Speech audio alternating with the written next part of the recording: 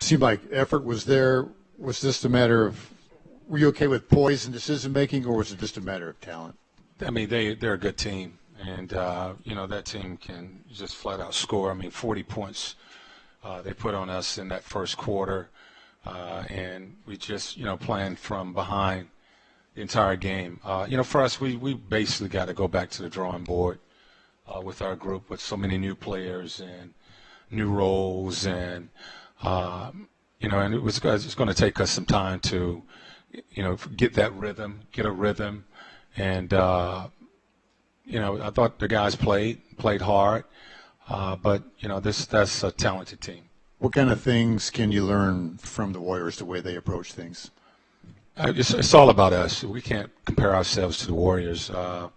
We got to look at our situation, who we have in uniform, and, make some changes to adjust to the personnel that we have. So we can't look at the Warriors and really take anything. Yeah. I'm thinking about the way they keep playing with the lead, the enthusiasm that doesn't ever go away. We play that way. We play that way. We just the last two games we've dropped those two games. So our guys have played hard all season long, and we've had a lot of changes here in the last week, and we're in a stage where we're going to have to make some adjustments. We've played a lot of games. Guys look a little fatigued. So we have to just keep working and stay together, and we'll work our way out of this. What did you think of Sumner and how he responded to this situation?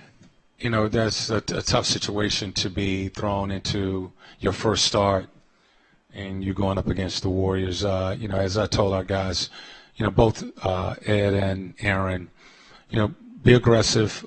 Don't worry about making mistakes. Go out and play. And what we have to do is allow those guys to play because they're going to play for us. And now, after watching a couple of games on tape, on film, we can look at them, what they're doing out there, and help them make some adjustments. That was going to kind of be my question. Is just the silver linings from games like this? Is it that you got to see Ed and Aaron a little bit, and they did some good things out there while they're on the court? Yeah, well, we did see those guys. We're going to see them. We're going to see them really throughout the rest of the season. We saw TJ out there, and we can look at game tape and look at ourselves and, come up with try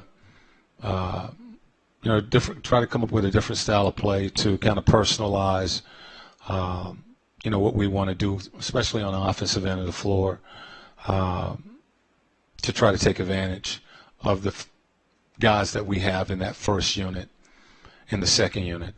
Defensively, we got to get better. We got to get back to being connected, guarding the ball, rebounding the ball, doing all of those things. Slow starts have been kind of a problem for this team before. Now with Victor out, is it going to be even more urgency to kind of get off to a good start, because it's going to be tougher to make comebacks, obviously? It's a game plan every night. Got to come out with energy and try to get off to good starts.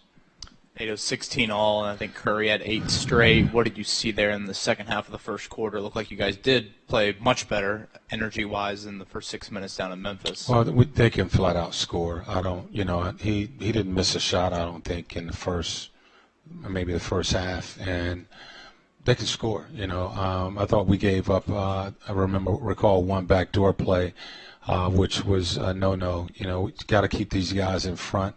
They do such a good job of moving without the ball, and we gave them a couple of easy ones. You got to just try to stay in their face. I don't remember all of his shots, but I know you didn't miss many. When we talked to you pregame, you weren't sure who was going to start for Tyreek. What went into Sumner starting? I knew who was going to start. I just didn't want to say at that time.